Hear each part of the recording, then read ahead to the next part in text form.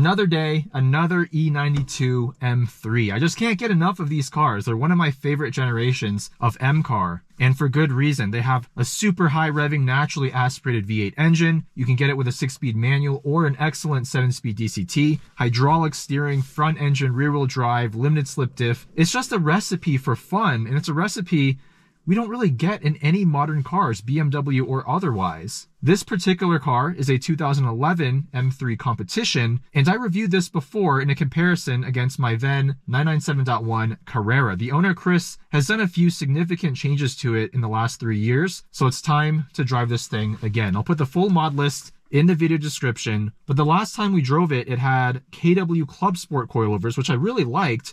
But now we have MCS one-way true coilovers with a 13 kilogram spring up front, 10 in the back. So even though these are only one-way adjustable versus two-way, they should be an upgrade over the KWs. Full SPL catalog, AP Racing 5000R Pro 9660 front big brake kit, Apex VS5 RS wheels, Yokohama 8009 tires, and one very significant thing he added is a Drexler GT Race light diff with a 4.10 final drive. Stock, I think he said, was 3.85. Probably in the 5 to 7% range shorter. In a shorter final drive, closer gears for a super high revving, naturally aspirated engine with a manual, that's always the way to go. Exactly what I did with my NSX. Now, being a competition package, this originally came with 10mm lower suspension, new mapping for the DSC, and electronic dampers. Obviously, all of these things are no longer relevant considering the mods, and it came with different wheels that were specific to the competition package. This car still has the same 4-liter naturally aspirated S65 V8, 414 horsepower,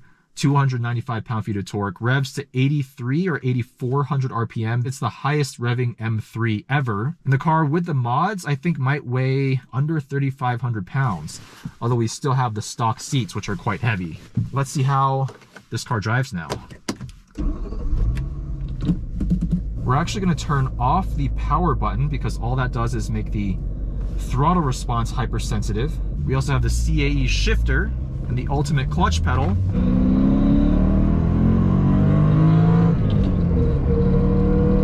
Now you're gonna hear a lot of diff whine during this video. Every time I'm on the throttle, you can hear it. That high-pitched squeal. That's what happens when you have a race differential. There's a little bit of a rattle from the center console here. One thing I've always loved about the E92, and this one's even better than stock, is the steering feel. Hydraulic power steering, the very last M3 generation before they moved to EPS, and this just has better steering feel than any newer M car, M2, M3 or otherwise. The on-center feel, really positive, very little slop, and the steering loads up nicely mid-corner. I'm sure that's helped dramatically by the SPL catalog. Spherical bushings really go a long way to help that directness of the front end. Listen to that. This engine is just glorious. Best M3 engine of all the generations. Even better than the S54 in the E46 M3. Even though that's the legendary straight six, I think this is better. Very easy to heel toe. Like I said, I left the power button off because I think this just feels a lot more natural in terms of the blippability of that gas pedal.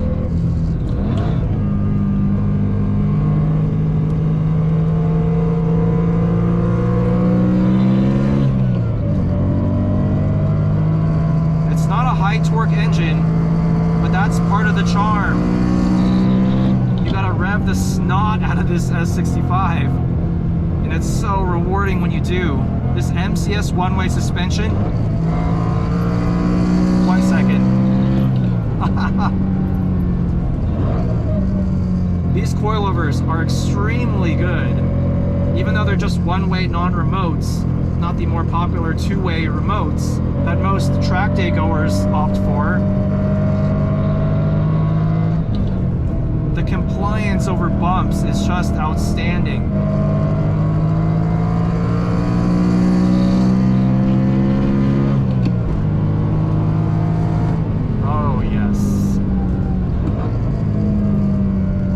these downshifts. The CAE shifter, it's so mechanical, so tight, higher effort than a stock shifter, but it's worth it in a car like this.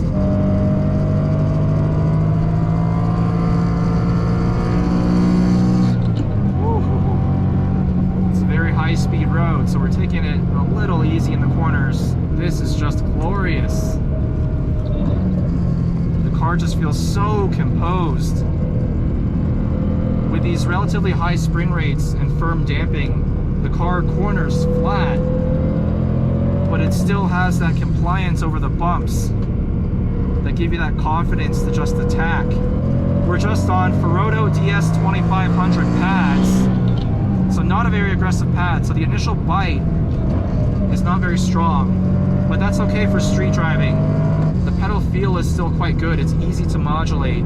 Oh, that mid-corner balance, tons of steering feel. I just wish these seats were better. They don't hold me in that well. Wow, that rattle though. Oh, it's coming from the shifter, not from the center console. So it's not an issue with BMW interior build quality. It's just the CAE shifter has a little bit of play somewhere.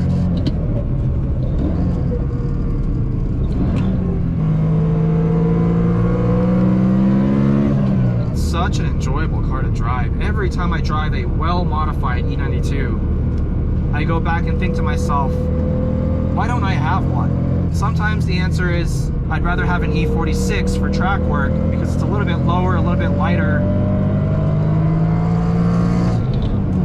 But then a car like this, I'm sure would do phenomenally on track, especially with a little bit more weight savings. Because these are a little bit heavier than the E46, not by a lot, but I think maybe 100 to 150 pounds heavier.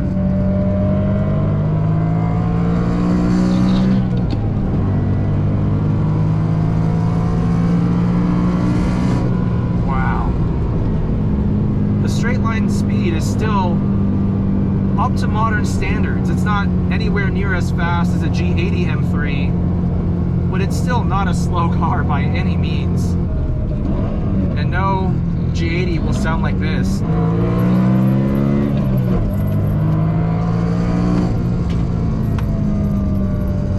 Just that high-pitched metallic V8 shriek that is typically associated with much more expensive cars. The fact that you can get this level of engine in a 3 Series BMW, this was a special moment in time for the BMW M car.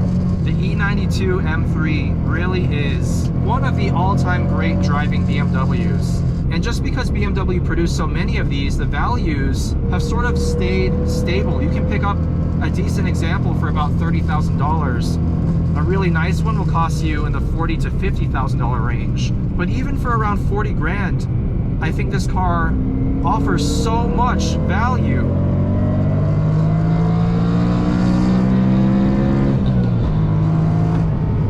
What other car for that amount of money makes that good of an engine sound and can do big drifts at the touch of the throttle, all while having a really usable interior, a decent back seat even for the coupe? You can also get these in a sedan. I have so few complaints with this car. As long as you get the reliability mods out of the way, the rod bearings, the Vanos, get those things sorted, and you have potentially one of the best all-around driver's cars for the money. Now that's not to say that you do those things to the engine and all of a sudden it's 100% reliable. I know of people who did the rod bearings and Vanos and still ended up blowing their engines on track. Alright guys, let me know what you think about this specific E92 M3 competition build. Are there any mods that would enhance this car even further? And do you think for the, let's call it sub $50,000 price range, there are any better, more enjoyable, daily drivable driver's cars out there? Let me know your thoughts down in the comments, and I'll see you in the next one.